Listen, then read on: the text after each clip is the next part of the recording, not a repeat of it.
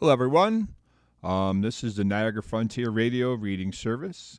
Now presents a reading of articles from the New York Times from March 14th, 2026. Your reader is Joe Gibbs. Hope everyone's having a good weekend so far. A nice Saturday morning. Let's take a look at what we have here. How about the quote of the day?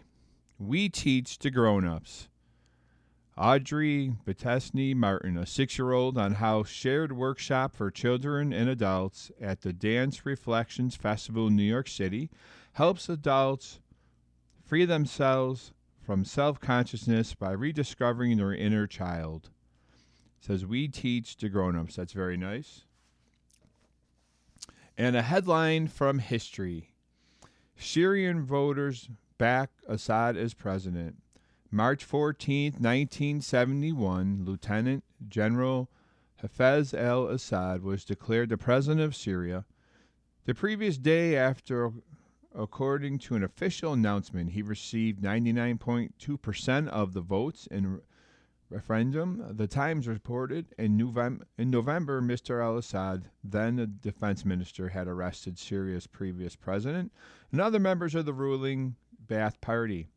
Mr. Assad was elected to serve a 7-year term. That's very long. But he instead established a Soviet-style autocratic rule, remaining leader until his death in 2000. His son Bashar took over as president, and in 2011, protests against his government turned into a civil war, during which millions fled the country and some 580,000 people were killed or went missing.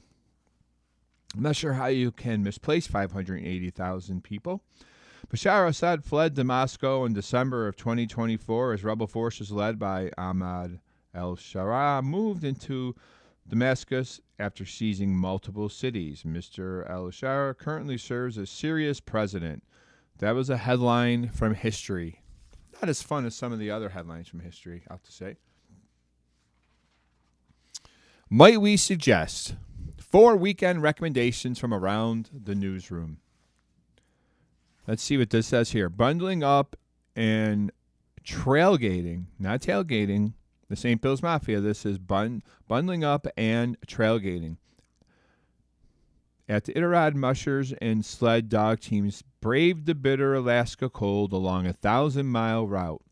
The spectators also endured the elements on the sideline. Albeit from snow-carved seating areas with a spread of hot dogs, breakfast burritos, cinnamon rolls, chili, and hot chocolate, complete with Jell-O shots and Bloody Mary bar.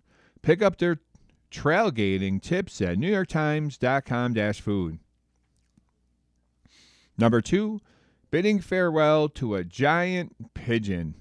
After nearly 18 months of towering over the High Line in Manhattan, a feathery reign is coming to an end. Dinosaur, a huge aluminum bird, is flying the coop. The sculpture by Ivan Argot attracted its fair share of human fans as well as much smaller avian skeptics. Plan your visit before his early April departure at NewYorkTimes.com/metro. Number 3 for what we suggest is chilling out for cheap. Wellness travel is projected to account for $1 trillion worldwide this year, according to the research nonprofit Global Wellness Institute. But DIYing your own peaceful retreat doesn't have to come at a luxury cost. There are free scenic hot springs in Thermopolis, Wyoming, public yoga classes in cities from Auckland to Zurich, and forest bathing sessions at botanical gardens and nature centers throughout the United States. Find yours then at NewYorkTimes.com/travel. And the very last one that they're going to suggest is embarking on a drag marathon. The writer Eric Pippenberg had a simple question. How much drag can one person possibly pack into a 24-hour sprint across New York City? A full array of options abundant, including a drag crawl through Hell's Kitchen, a Star Trek happy hour, a tight game of bingo led by a queen named Angela Mansbury, and performances by Hanukkah Lewinsky, or Bodega, or Bertha Venetian. Trace Mr. Pippenberg's madcap adventure across the city and brainstorm an itinerary of your own at NewYorkTimes.com/theater. Let's look at some facts of interest. An estimated 1/3 of Americans are making sacrifices, including skipping meals or driving less to pay for health care, according to a new survey. Next one. From India to Indiana, farmers are confronting higher prices for fertilizer because of the disruption to stocks produced in the Persian Gulf. Fact 3. In 1993, the city of Tacoma, Washington, issued a formal public announcement of an attack in November of 1885. I remember that. When while residents armed with clubs and pistols forced roughly 300 Chinese men, women, and children out of the city. Next one. Global warming has raised the prospect that Northwest Passage might become a viable shortcut for shipping from Asia to Europe. And unlike at theaters, opera houses, and concert halls in the United States, coat checks are compulsory at most performances venues in Germany because of fire safety rules. The cost is usually included in the ticket fee. And ethylene oxide is used to sterilize about half of all medical devices in the United States. But long-term exposure to it can cause leukemia and other types of cancer among people who work in or live near medical sterilization facilities. Well, that's not good. What does this say here? Second look through the looking glass.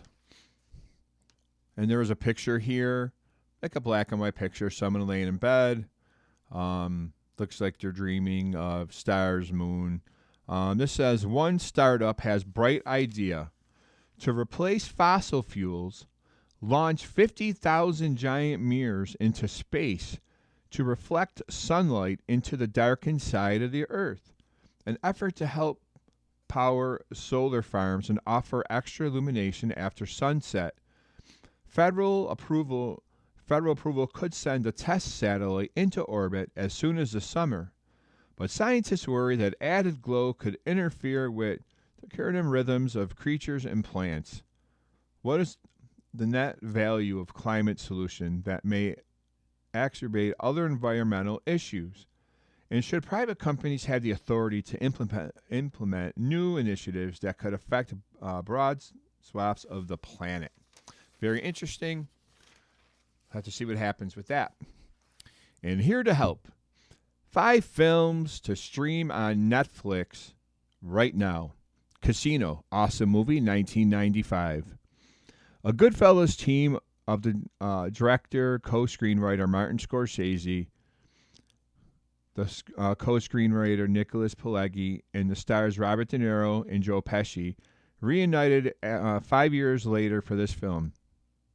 5 years after Goodfellas. It tells the true story of Sam Rothstein, who was played by Robert De Niro. There is an illustration. Robert De Niro standing in the aisle of the casino with people playing at tables, things like that. It tells the true story of Sam Rothstein, a casino boss whose Vegas empire was undone by his inflated and misplaced loyalty. Sharon Stone does Oscar-nominated work as the woman who dazzles Rothstein into risking and losing it all. It is a good movie. An awesome performance by Joe Pesci, Robert De Niro, Sharon Stone, and others. And the next movie is Fall from 2022. This thriller is worth praising for its simplicity and efficiency. There is a narrative, yes, but it boils down to tracking 2 young women as they climb to the top of a 2,000-foot TV tower and are then stranded there. Well, if you're going to climb up a 2,000-foot TV tower, maybe you should be stranded there. The screenplay mines a scenario for maximum scares and thrills, but the actors have to carry the show, and the newcomers, Grace Caroline Curry and Virginia Gardner, are charismatic and sympathetic. I think I'll stick with Casino. 2015, the next movie, Laggies. When the director, Lynn Shelton, died in 2020 at 54, much was written about her humanistic, empathetic style. she treated all her characters with warmth and respect, no matter how poor their decisions might have been. These qualities are on full display in dramatic comedy featuring Keira Knightley as a young woman on the verge of responsible adulthood who takes a quick detour into Arrested Development. 2015, Sicario. The War on Drugs gets the thriller treatment from director Denis Villeneuve and the screenwriter Taylor Sheridan. Kate, who's played by Emily Blunt, a tough, idealistic FBI agent, is asked to join a task force to apprehend the head of a Mexican drug cartel. She gets an education in moral flexibility from a folksy CIA agent, Josh Brolin, and his cold-blooded associate, Benicio del Toro. That's Sicario from 2015. And finally, the fifth movie, Waiting for Guffman, 1997. 13 years after refining the mockumentary with This Is Spinal Tap, Christopher Guest perfected the format with this uproariously funny backstage comedy.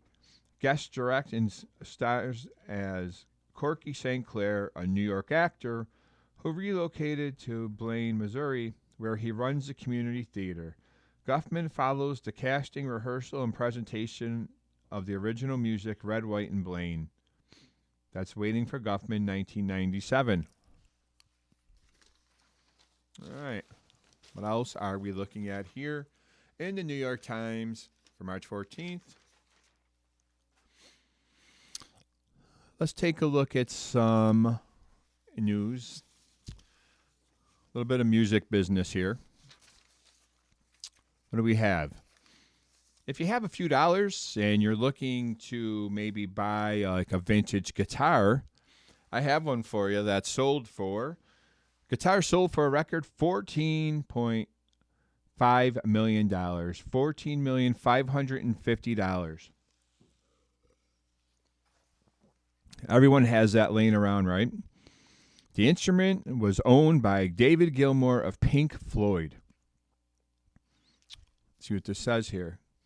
A guitar that David Gilmour used to record the solos and riffs on 6 Pink Floyd albums has sold for $14.55 million, becoming the most expensive guitar to be sold at auction. The guitar was sold on Thursday to an online bidder in a 21-minute bidding war. So for 21 minutes, $14 million was raised, said Angela Manifestine, a spokeswoman for the auction house Christie's, which ran the sale. The price broke a previous record of $6 million, which was set in 2020 by the buyer of Martin D18E that Kurt Cobain played on Nirvana's MTV Unplugged performance months before his death. Mr. Gilmour purchased a guitar, a black Fender Stratocaster, in 1970 from Manny's Music, the famed instrument store in Midtown Manhattan, according to Christie's. Its body bears scratches, chipped paint from decades as his favorite guitar. Mr. Gilmour used it for every Pink Floyd recording and many performances from 1972 to 1983. During that period, the English band created its 5 seminal albums: Dark Side of the Moon, Wish You Were Here, Animals, The Wall, and The Final Cut. He laid the guitar aside for 2 decades in favor of another Stratocaster, according to Christie's. He returned to it in 2014 to record Pink Floyd's last album, The Endless River. The guitar, was part of an auction at Christie's from the collections of Jim Irsay, a billionaire who owned the Indianapolis Colts until his death last year. Mr. Irsay, a music lover, amassed an extensive collection of pop culture memorabilia, including several guitars owned by Mr. Cobain, Paul McCartney, Bob Dylan. He bought Mr. Gilmour's guitar in 2019 at Christie's for just over $5 million, Ms. Manifestini said. 3 other auctions from Mr. Irsay's collection are scheduled for this month. Mr. Gilmour's guitar was not the only one to set records on Thursday. according to Christie's. A guitar that Mr. Cobain used in the music video for "Smells Like Teen Spirit" sold for $6.9 million, setting a price record for one of his guitars. A custom guitar owned by Jerry Garcia, the lead guitarist and vocalist for Grateful Dead, pulled in a record-breaking sum for Mr. Garcia memorabilia. The Tiger, as it was known, sold for $11.56 million. In the illustration, a Fender Stratocaster known as the Black Strat that was used by David Gilmour. So the guitar that sold for $14.55 million, it's in this picture. That is crazy for a guitar. My daughter plays. I am not buying a guitar for $14 million. I could do so much more. So what else do we have? That's interesting. All right. Here's a story about a guy named Roscoe Robinson. He passed away at 97 years old. Gospel star, minted R&B hits. There's a couple pictures of him. Mr. Robinson says here, Mr. Robinson later released solo gospel albums, including So-Called Friends in 2004. Roscoe Robinson, there's another picture of him, like a drawing. Roscoe Robinson in an undated photo. That's enough. Hit number 7 on the R&B charts in 1965. He played in groups called Blind Boys. He was not blind, but although he wasn't, oddly enough, he sang in 3 different groups called the Blind Boys. So here's a story about Roscoe Robinson. Roscoe Robinson, who with his clarion tenor voice rose to prominence in the 50s as the lead singer of the Blind Boys of Mississippi and other gospel groups, and following the course of his friend Sam Cooke, later redirected his talents to R&B and pop charts. Died on February 26 in Birmingham, Alabama. He again was 97. His death in a nursing home was confirmed by his son Will. Mr. Robinson was a vestige of mid-20th century golden age of gospel, which spawned crossover stars like Aretha Franklin, Lou Rawls, Mr. Cooke, and with its soaring emotive style of vocals provided a foundation for later chart toppers like Whitney Houston and Beyonce. In his own way, Mr. Robinson's rise mirrored the career of Sam Cooke. Robert Maravich, of gospel historian and editor-in-chief of Journal of Gospel Music, said in an interview, Mr. Cooke, who knew Mr. Robinson from the Chicago-era gospel circuit of the 50s, veered away from the spiritual music to become a pop and R&B powerhouse, notching 24 top 40 singles, including hits like Chain Gang and Twistin' the Night Away, before he was killed in 1964. Mr. Robinson never achieved anything close to that musical success. Few did. Still, his percolating 1965 single, That's Enough, rose to number 7 on the R&B chart and number 62 on the pop chart. His other song, Do It Right, which had shades of Mr. Cooke's 1964. Let's see here. Tour de Force. A Change Is Gonna Come made it to number 40 on the R&B chart in 1967. He also wrote songs including the gospel number Somewhere There's a God, originally recorded in 1962 by Valentinos, the Cleveland group that launched the careers of brothers Bobby and Cecil Womack. Mr. Robinson and Mr. Cooke later adapted it into the lower lovelorn R&B track, Somewhere There's a Girl. Mr. Robinson might never have made good on his potential if it weren't for Mr. Cooke. In the early 50s, the Southern Sons, a highly regarded gospel group, tried to recruit Mr. Cooke. He declined but offered them what he thought was the next best thing, telling them, Sco is the guy you need. Mr. Robinson found a new level of fame in 1959 when he joined the 5 Blind Boys of Mississippi, who were rock stars of quartet singing at the time, Mr. Maravich said. He was hardly an obvious fit for one thing. Unlike the other members, he could see, but initially he had other concerns. I have to be honest with you, he told Mr. Maravich in an interview for the 2015 book, A City Called Heaven, Chicago and the Birth of Gospel Music. At the time, I was afraid of blind people. He soon overcame that anxiety, but was alarmed when he learned of the role that Archie Brownlee, the group's lead singer, had in mind for him. They wanted to put me into the hospital, Mr. Brownlee, who was in poor health, told him. Mr. Robinson, who asked who was going to sing lead. You, Mr. Brownlee replied. Roscoe Robinson was born on May 22, 1928, in Dermot, Arkansas, the youngest of 5 children of the Reverend A.W. Robinson, a pastor, and Willie Dabbs Robinson. His father died when he was a child, and the family moved first to Chicago and later to nearby Gary, Indiana. Early on, he sang at his father's church in a family group. After leaving school in only 11th grade to work as a truck driver, he performed at local groups like the Royal Quartet, which he later said was about the biggest thing in Gary. Eventually, with the 5 Blind Boys in Mississippi, he showcased his talents by singing lead on songs like Sending Up My Timber for the Peacock label and The World Is Full of Sin for Checker Records, a subsidiary of the well-known Chicago blues label Chess. Then legal tussle broke out between the 2 labels, and unlike the group's other members, Mr. Robinson sided with Checker, run by the brothers Leonard and Phil Chess, music heavyweights in Chicago who were white. Tensions mounted, and he left the group. After that, it was hard for me to get a job with another gospel group because they made it look like I was the blind boys for the white man, Mr. Robinson was quoted as saying in Uncloudy Days, The Gospel Music Encyclopedia, a 2005 book by Bill Carpenter. He formed a new group of sightless singers, the Blind Boys of Ohio.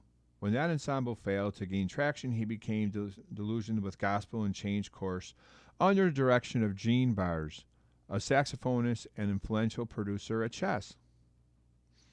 Mr. Burge wrote Mr. Robinson's breakout single, That's Enough, which was released on Jerry Records, a label that Mr. Robinson founded in 1965. By the early 1970s, Mr. Robinson had returned to gospel roots. Over the years, he released several solo albums, including So-Called Friends in 2004 and The Gospel Stroll in 2005. He continued to record and perform into his 90s. In addition to his son, Mr. Robinson is survived by his wife, Zanella Robinson. The Blind Boys of Mississippi, which he later rejoined, and the Blind Boys of Ohio were not his only musical ventures with the sightless. In the early 1980s, Mr. Robinson sang with the Blind Boys of Alabama. The group's producer, he told the Richmond News Leader of Virginia, insisted that he get with the program in terms of image. I had to wear shades, he said. Very interesting story. He seemed like he did a lot with music. What else do we have here? Here's a story. This says here, to afford health care, millions in the U.S. cut spending or borrow. Americans are feeling the squeeze from rising health care costs, and they are already doing without. 1/3 of Americans, an estimated 82 million people, say they are making sacrifices, including skipping meals or driving less, to pay for care, according to a new survey released on Thursday. That's horrible. In the survey, 15% of people said they had borrowed money in the last year to pay for medical expenses, and another 11% said they had skipped a meal. Those without insurance reported more trade-offs. The survey was conducted from June through August of 25 by the West Health Gallup Center on Healthcare in America, a partnership between Gallup and West Health, a group of nonprofits focused on healthcare costs. It is impacting people every day in their decisions, Tim Lash, president of the West Health Policy Center, said. It is getting worse. In the survey, people also said they had delayed making major changes to their lives, like having a child or retiring in the last 4 years because of health care costs. About 29% said they had postponed a vacation, while 26% said they had put off surgery or other treatment. A poll by the same group in the late 2024 found an increasing number of Americans believed they would not be able to afford care if they needed it. At the time, the share of adults reporting that they had recently been unable to pay for medicine and treatment was about 11%, the highest level in 4 years.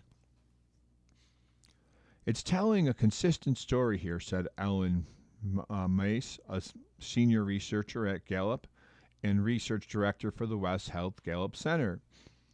The broader issue of affordability already looms over the midterm elections, with health care costs a major part of it.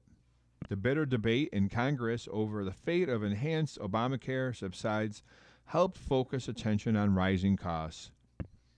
When those subsidies ended last year, millions of Americans saw their insurance premiums more than double, and Democrats seized on the issue. But it's not just Obamacare. People with coverage from an employer are also facing much higher rates. Health insurance premiums for family are approaching $27,000 a year, and people are paying more out of pocket when they see a doctor or stay overnight in a hospital. A recent poll by health policy organization KFF found that health care costs topped a list of public economic anxieties, above concerns about the prices of food, groceries, gas, and utilities, all very expensive already. And the issue proved consequential in the 2018 midterm elections, when Democrats made major gains in Congress after Republicans tried to repeal the Affordable Care Act. In the West Health Gallup survey, some individuals reported delaying major life events because of health costs. About 14% said they had postponed buying a home, while 18% said they had put off changing jobs. 6% said they had delayed having or adopting a child, and 9% said they had postponed retirement. Even those with family incomes over $240,000 a year were postponing significant events, according to the survey. Those who are in poor health were more likely to make sacrifices. That is definitely a very alarming article. There's nothing getting cheaper, and the choices you have to make, especially older, sick people, is horrible. That's for sure. Let's see here.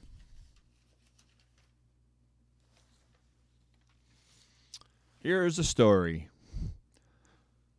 And this says, flight delays loom as airport security workers go without their paychecks. Not many want to go without a paycheck. I mean, we just read a story. Healthcare is very expensive, right?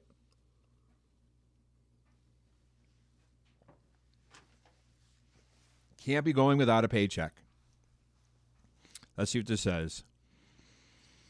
Many Department of Homeland Security employees were on track to miss a paycheck Friday, amid the nearly month-long lapse in funding for the agency, leading officials to warn of potential disruptions in air travel if more airport security workers call out of work. Great. Travelers have already experienced long security line delays at some major airports, including Kennedy Airport in New York, William Hobby Airport in Houston, as Transportation Security Administration workers who scan baggage, check identification, and do other tasks have posted absences at unusually high rates. About 100,000 employees across the Department of Homeland Security will miss their first full paycheck, an agency spokesperson said. More than 300 TSA officers have left the workforce since the shutdown began, according to the department. The shutdown stems from a congressional deadlock over how to fund the department, which is also responsible for federal immigration enforcement. Democrats have refused to approve funding without changes to the aggressive tactics employed by immigration and customs enforcement officers. The shutdown has had little direct effect on ICE because of its financial cushion of tens of billions of dollars appropriated by Congress last year to support President Trump's mass detention and deportation agenda. The brunt of the shutdown, which began February 14th, has instead fallen on other agencies housed in the department, including the Federal Emergency Management Agency. Employees deemed essential are required to report to work even without pay. TSA workers whose salaries average about $50 have been hit hard during recent government shutdowns. Though federal law requires that federal workers receive back pay at the conclusion of a shutdown, workers often struggle to recover from those periods without a paycheck, of course. But the timing of the latest funding lapse has affected workers even more, union representatives say. The current pause started barely 3 months after the end of another shutdown during which many TSA workers took on second jobs to cover basic living expenses. Though they received paycheck when the government reopened after 43 days, many workers have depleted their rainy day funds or have lived on credit. They're still paying off, according to union representatives. They just don't have the funds to continue this for a long period, said Johnny Jones, an employee of Dallas-Fort Worth International Airport and the Secretary-Treasurer of Union representing TSA employees. They may not have the funds, plus they may not have the spirit. Denver International Airport on Wednesday appealed for donations, asking travelers in a social media post to support the dedicated TSA workers, working without pay by donating $10 or $20 in grocery store and gas gift cards. Union officials say that employees are increasingly calling out of work as they take on second jobs to make ends meet and as they cancel childcare. The longer this goes on, the longer the lines are going to get, Mr. Jones said. Some airports have seen sporadic increases in wait times. The TSA absences went up over the course of the shutdown. The conditions were most vivid at Houston's Hobby Airport last weekend, where a combination of TSA call-outs and spring break travel led to wait times of 3.5 hours. Can't wait. The shutdown has also started to more seriously threaten smaller airports. Cameron Cochim's the vice president of a local union chapter representing TSA workers in Boise, Idaho, said that some of his coworkers had already called out sick because they cannot afford child care. Members had started to request emergency funds from the union to pay for groceries and other basic necessities, he said. They're getting tired, Mr. Cochim said. They're getting exhausted from not knowing when their next paycheck is going to be. That's just great. But some industry experts say that despite the strain, TSA shortages were still a few weeks away from pushing air travel to a point of crisis. The system is holding up very well right now, said Chris Sununu, the president of Airlines for America, an industry trade group. Mr. Sununu, the former Republican governor of New Hampshire, added that leaders feel pretty confident the morale is good. Oh, sure, because he's getting paid. The morale, of course, is good if you're getting paid. But he predicted that some airports would see significant TSA-related delays over the next few weekends. Right, he's hopping on his private jet while everyone waits 3 hours. He gets paid while all the workers don't. Democrats in Congress have recently introduced bills to find only agencies and Department of Homeland Security that do not participate in immigration enforcement, but have met resistance from Republicans. On Wednesday, Republican senators blocked one such bill from coming to a vote. On Thursday, nearly all Senate Democrats banded together to deny the GOP the votes it needed to get a House-passed bill funding the entire department to the president's desk, of course. No one cares about the workers. They only care about themselves and their own agendas. What do we have here in business? A little more here. Adobe settles with U.S. over its subscriptions. The Justice Department on Friday settled a lawsuit that accused Adobe of making it difficult for customers to cancel their subscriptions to Photoshop and other software, according to a filing in federal court. Excuse me. Adobe agreed to pay $75 million to the Justice Department and provide customers with $75 million worth of free services. The Justice Department sued in 2024, accusing the company of hiding expensive cancellation fees from consumers. Adobe's website and customer service representatives made canceling challenging, the lawsuit claimed. Adobe denied any wrongdoing. Of course they did. The Justice Department did not immediately respond to requests for comment. The Federal Trade Commission, which referred the case to the department, declined to comment. The settlement is the latest pullback by Trump administration on consumer protection lawsuits filed against companies under the Biden administration.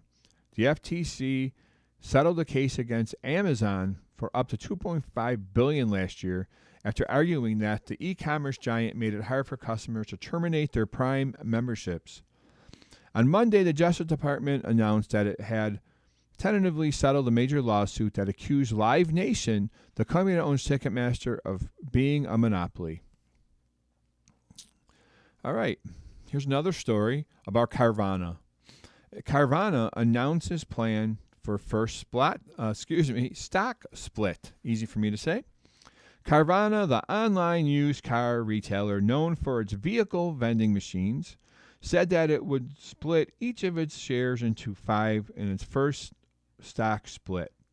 Companies typically undertake stock splits to lower their share price and make the stock more accessible to a wider pool of investors, which can help boost liquidity and broaden the shareholder base. Trading is expected to commence on a split-adjusted basis at the open market on May 7th. The development comes weeks after Carvana missed analyst estimates for quarterly profit, hurt by rising vehicle and reconditioning and depreciation costs, including session gains. Carvana's shares have fallen 29% this year. Okay. And the store and the business Ulta Beauty. Shares of Ulta Beauty slump amid rising costs. Is there any stories about costs that are decreasing? So far, we have not found one. Every story we've read so far, since I've started this paper, all the costs are going up. Shares of Ulta Beauty slump amid rising costs. Ulta Beauty shares fell the most they have in nearly 2 years as rising costs deepened. Margin fears and its new chief executive flagged potential effects of global conflicts as the cosmetic retailer pursues a TikTok-led digital push. Ulta has leaned on premium celebrity brands at a time of lingering economic worries, while strong demand for trendy assortments supported an upbeat annual sales forecast. Higher costs resulted in muted profit outlook. Ulta's selling, general, and administrative expenses jumped 23% in December quarter, driven by the higher incentive compensation and continued investments in marketing and Space NK, the British beauty chain it acquired last year. So they have rising costs, and their stocks are slumping, and no one is buying. Is this not go to where we just said people are making sacrifices because of things like groceries, health care, necessities?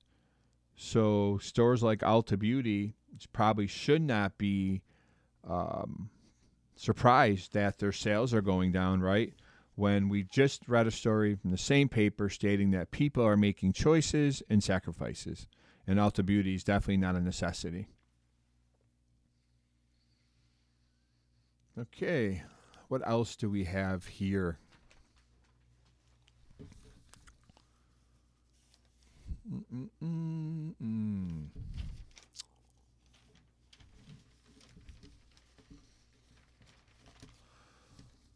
All right. Here's a story about a nice couple They're 8-time Paralympians, and as this says, it started all on the snow. So they're Paralympians. It says, as a journey comes full circle, a power couple will exchange rings. So there's some illustrations. He's sitting in his wheelchair. She's leaning over to give him a hug. There's everybody from the press with cameras, things like that. And then on the next illustration, it looks like they're in their Beijing 2022, it looks like, Olympic shirts. It says Oksana Masters, the most decorated U.S. Winter Paralympian, and Erin Pike have competed in summer and winter events since 2012. This week left, they savored one of her gold medals. So, Cortina d'Ampezzo, Italy. They didn't talk about it, but they both knew. At the 2014 Winter Paralympic Games in Sochi, Russia, both Oksana Masters and Erin Pike made a point to get away from their American teammates so they could have a moment alone together. As they headed toward a gondola to their next destination, that meant a very fast pace for Masters, who was on the same page as Pike. He's on wheels, so he has no idea how hard I have to work to keep up with him, Masters said. I did my best speed walk to try to catch that gondola so it would just be me and him. Luckily, both are pretty dang fast. It was just like a moment on the gondola and just like this pure hug of just being together in this moment. At that time, not knowing where our future was going to be, said Masters, now 36. The two had both competed in the 2012 Summer Paralympics in London, but they did not meet until 2013 in Utah as they both tried out para-Nordic skiing, and they bonded over sports and a shared love of coffee. Pike's Frenchness sparked the conversation, but it was at the Sochi Games where they found a quiet moment together and the relationship took a more serious turn. I think that's when we both kind of realized that it was just something more than just friends, Pike said. Both are now 8-time Paralympians. Pike competes in cross-country and biathlon in the winter and wheelchair racing in the summer. Masters is one of the most prominent Paralympians. She has 5 total Summer Paralympic medals in cycling and rowing and has become the most decorated U.S. Winter Paralympian competing in cross-country and biathlon. That title has only been further bolstered by these games, with Masters picking up 3 gold medals in 5 events so far to bring her tally to 22 Paralympic medals, 12 gold across the Summer and Winter Olympics. That's amazing. But even for an athlete as dominant as Masters, these most recent medals were not a certainty. A few days ahead of the games, Masters revealed that the same infection that knocked her out of last year's winter season had come back in her leg. On top of the infection, Masters also sustained a concussion. That meant scaling back on training in the lead up to the games. Combine those challenges with the constant back and forth of sports seasons, and it can be a lot. But Masters said she knows how to compartmentalize the nerves and the anxiety. Once she hears the beeping and the countdown, she can just block out, she said, and let her body go on autopilot mode. Despite the most recent setbacks, Masters won the United States' first gold medal of the Games, claiming her 6th Winter Paralympic title in the women's sprint sitting event in para-biathlon. After the victory, Masters said, I did not expect a podium finish, to be honest, let alone a gold. At her next event, Masters finished 4th. Pike finished 4th in his second event. Both had missed a shot in their biathlon races. I was like, Erin, we don't need to be twins like this. I don't want you to copy all that. But Pike knew Masters had a rough race, so he made her coffee and hugged her. Just those things that aren't necessarily words and just small little actions of love, and makes me smile. So happy to be on the journey with him, Masters said. Pike loves the little rituals too, like waking up in all of the different places they travel together, and naturally it circles back to those favorite beverage. Those slow mornings where nothing's even said, you're just hanging out having coffee, Pike said. Stuff's great. And of course, they're there supporting each other when it comes to competition.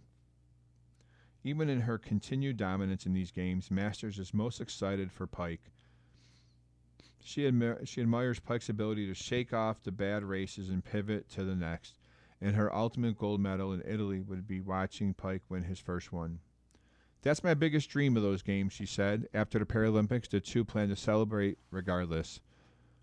In summer 2022, Pike went back to that first gondola ride, proposing on a ride up to Teton's mountain range in Wyoming. One Olympic cycle later, the pair will celebrate the next step of their lives together. After some time at home and repacking without the fear of wedding dress being lost amid the close to 20-plus suitcases along for the Paralympic ride, the couple will marry later this spring in Italy. Very nice. Our journey started because of snow. We met in the mountains, Master said.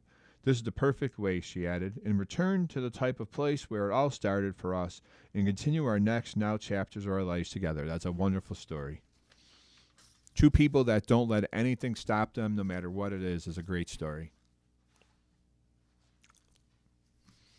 That's for sure.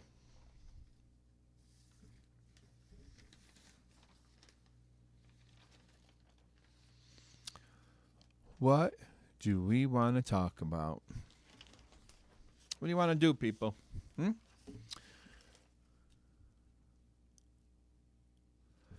right.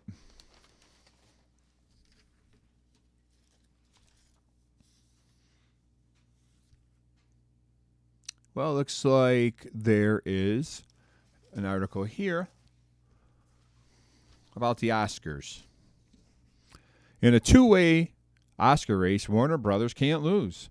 And there's a picture here. Warner Brothers is behind both Sinners, left, and One Battle After Another. The studio has promoted both with an area of with controversy or complaint. It's still not clear what film will win the award for Best Picture on Sunday night at the Oscars, but it does appear to be down to two. Paul Thomas Anderson's rangy black comedy One Battle After Another cleaned up at the British Academy Film Awards and landed top prizes with both Directors Guild of America and Producers Guild of America. Ryan Coogler's Sinners, the soulful vampire movie set in the Jim Crow South, has the most nominations ever with 16 and was crowned the big winner at the Actor Awards voted on by Actors Union. Two far different films, but with one thing in common. Both were made by Warner Brothers. For the past several months, Warner Brothers has been in the middle of head-spinning corporate bidding war. In December, Netflix announced that it had won and would be buying much of Warner Brothers Discovery. Warner's parent company. Then late last month, Paramount overcame Netflix's offer and announced that it would be buying all of Warner Brothers Discovery for $111 billion. Is that it?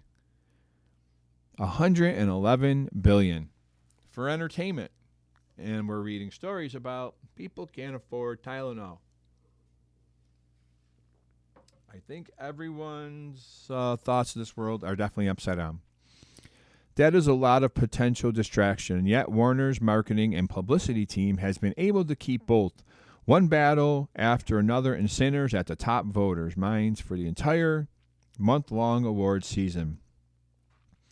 Even more surprising to many to the industry, Warner appears to have promoted both with nary a whiff of controversy or complaint, or showing signs of favoritism to one or the other. It is ironic that Warner Brothers is going to clean up as a studio no matter what happens, said Terry Press, a longtime Hollywood marketer.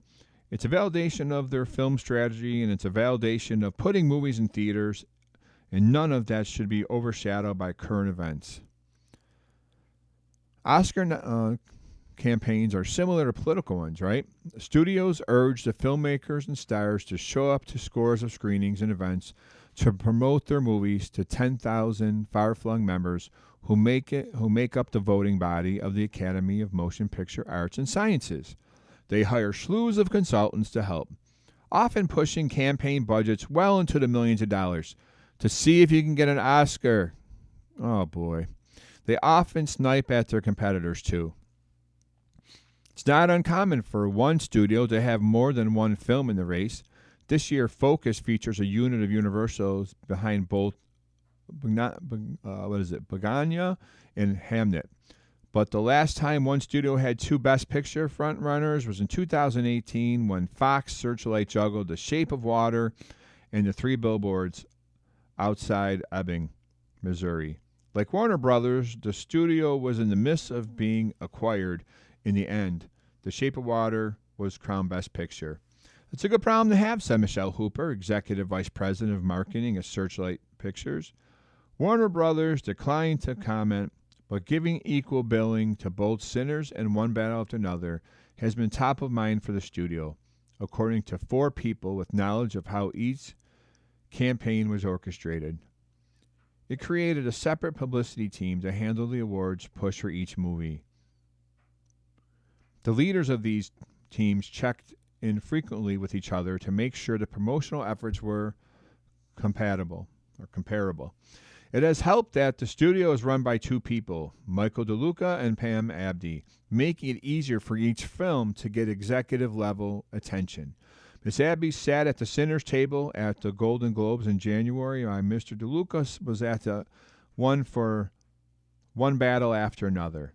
They switched seats for the Directors Guild Awards, switched back for the Producer Guild Awards, and then switched again for the Actor Awards. Both camps received trips to London and Paris to woo voters there. The only dust-up, the 2 of the people said, seemed to have been a small one, over a coffee table book that Mr. Anderson put together for his cast and crews, was later distributed to some Oscar voters. Sinners didn't get one. Still, in Oscar nomination morning, more than 20 Warner Brother employees watched the announcements on a video call. There was a litany of happy tears and whoops and hollers when they realized Sinners had made Oscar history with 16 nominations. One Battle After Another had 13, bringing the total for Warner Brothers to 30. One Battle After Another was deemed a frontrunner from the moment it debuted in early September, when Steven Spielberg led a screening of the film at Directors Guild. He called the movie insane and incredible, and the hype machine began churning. Critics loved it, and Warner Brothers leaned into that with a deliberate screening program. Sinners had a much heavier lift. One reason, a vampire movie had never been nominated for Best Picture. Another, the film debuted in April, not the traditional release date for Oscar bait, but critics were on board, and it had box office success, which can help. By mid-July, the film had grossed $270 million in the United States and Canada. Not shabby. To reignite interest in the film and position its Oscar-caliber movie, in mid-November, the publicity team recreated the film's juke joint near Hollywood. The entire cast reunited there, and the composer Ludwig Göransson, the singer and songwriter Raphael Sandig, and the actor Miles Caton performed the film's songs, including I Lie to You, which later earned an Oscar nomination. That was followed by tributes to the film star Michael B. Jordan at both the American Cinematheque and the Santa Barbara International Film Festival. We can't take anything for granted anymore, said Tony Angelotti, a longtime Oscar campaigner, and from what I've seen, they haven't. So we'll see who wins that. Should be interesting. All right. You know what I'd like? Let's see what we have here. How about Otis Lee's Detroit famous pound cake? Is anybody interested in eating some pound cake? I am. Perfected over decades, and there is a picture of this pound cake, and it looks like someone already took a couple slices out of there. That's not fair.